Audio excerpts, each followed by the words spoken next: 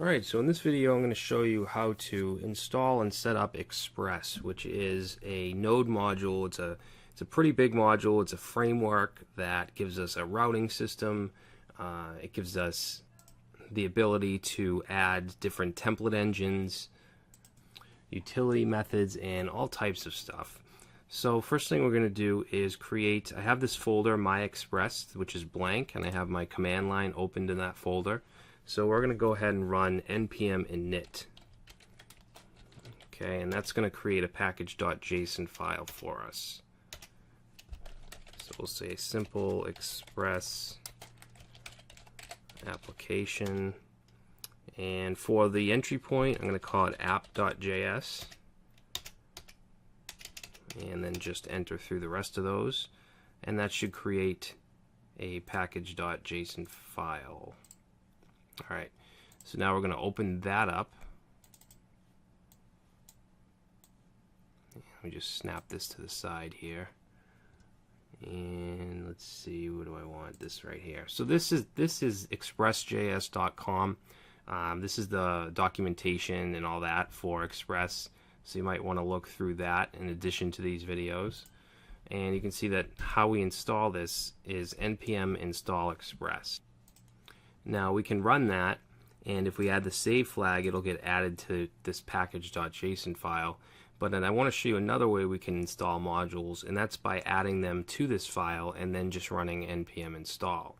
So I'm going to put a comma right here, and we're going to create dependencies, which will be an object, and we want to install Express.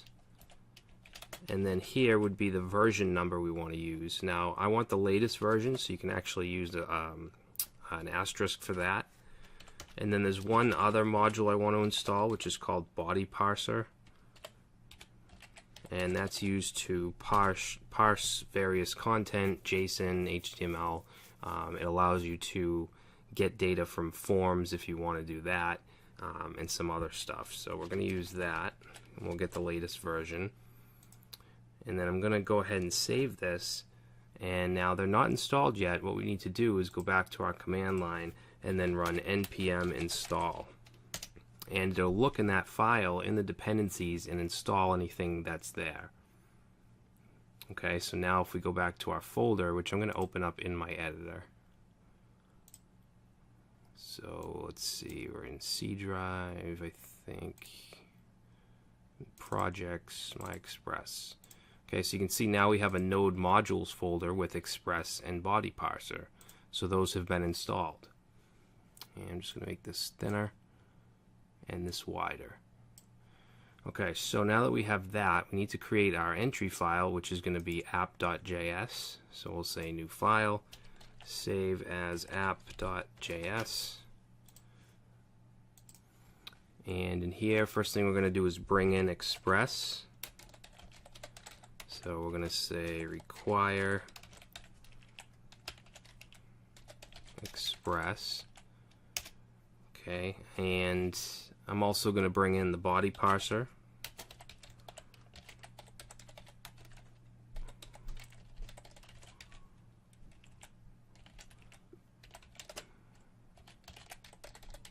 Like that.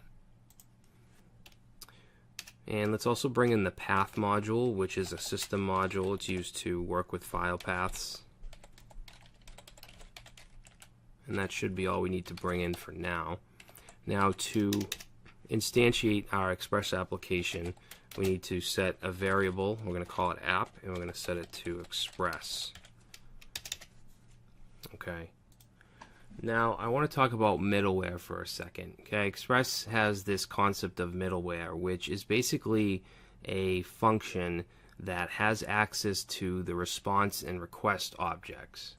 Okay, every time we load a web application, we have a request-response cycle, and middleware gives access to those methods, to those objects.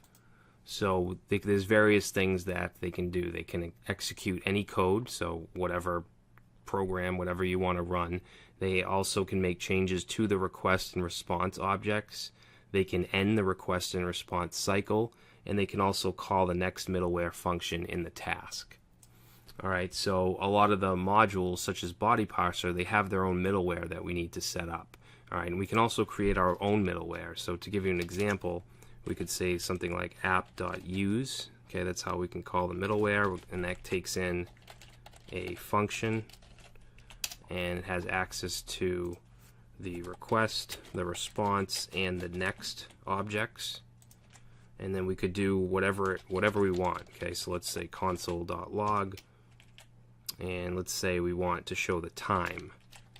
So we'll say time, and then we'll say date.now. All right, and then when you're done with your functionality, you want to just call next. Okay, and that'll just call the next piece of middleware.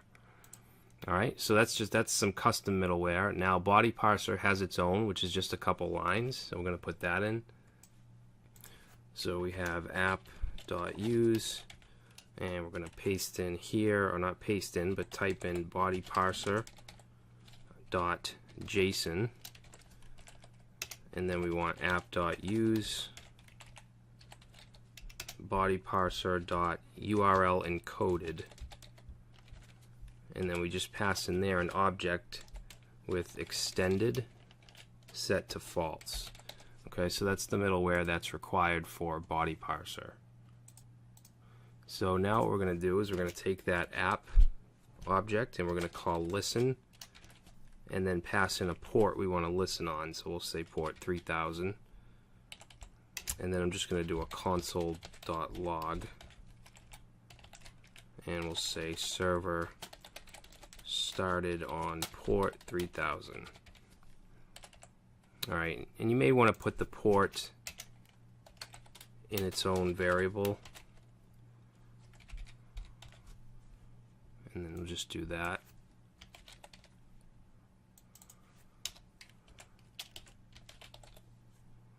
Alright, and then finally we need to export this by saying module.export app. Alright, so let's go ahead and save that, and then we're going to go over here, we're going to say node app, because app.js is the name of the file. Okay, that's running on port 3000, so we'll go to localhost 3000, and you'll see that we get this cannot get slash. So the reason we're getting this is because it's looking for a route. Okay, a route is basically a URL that's going to map to a specific function. All right, and the slash represents the home page, so it's looking for the home page route and it's not finding it. So what we need to do over here is create that route. So we're going to go right under where we have the middleware, and we're going to say app.get. Okay, now the reason I'm using get is because this is the route for a GET request. When you visit a web page, it's 99% of the time it's going to be a GET request to the HTTP server. When you submit a form, usually that's a POST request.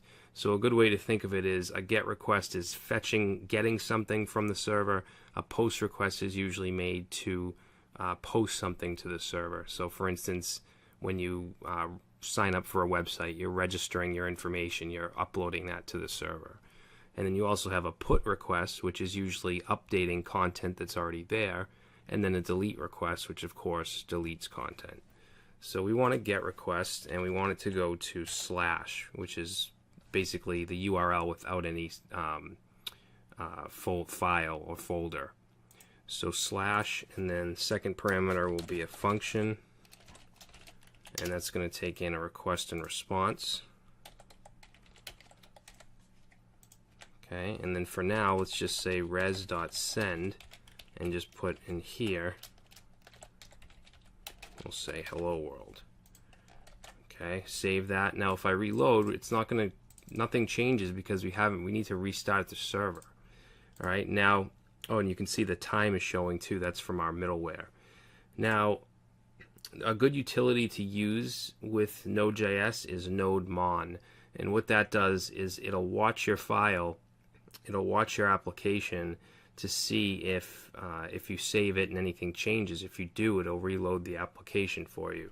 So let's do a Control-C and get out of this for a minute, and we're going to install NodeMon globally. So say npm install node mon, and then -G.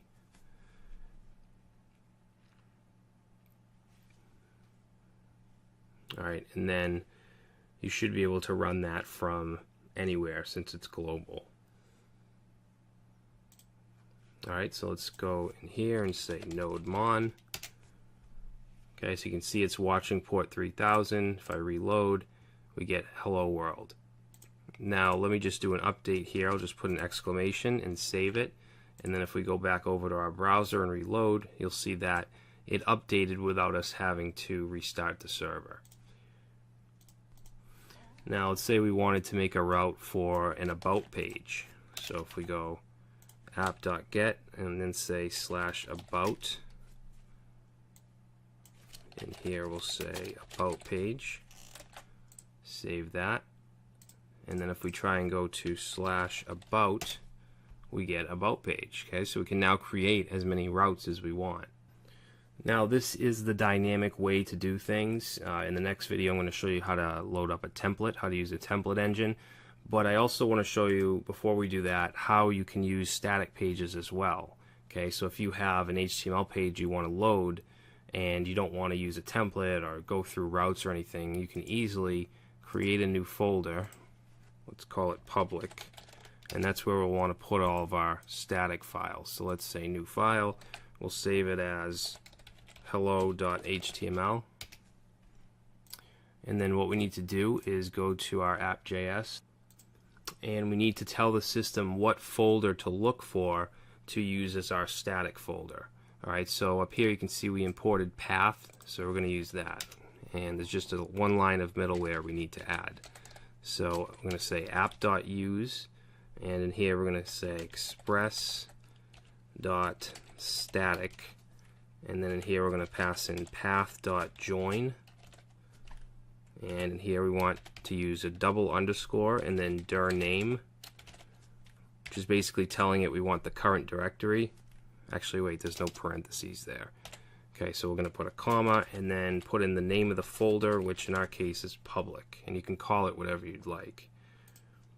Alright, actually, you know what, there should be 3 on that side. Alright, so let's go ahead and save that. Now, if we go up here and we go to /hello.html, and let's actually put something in it.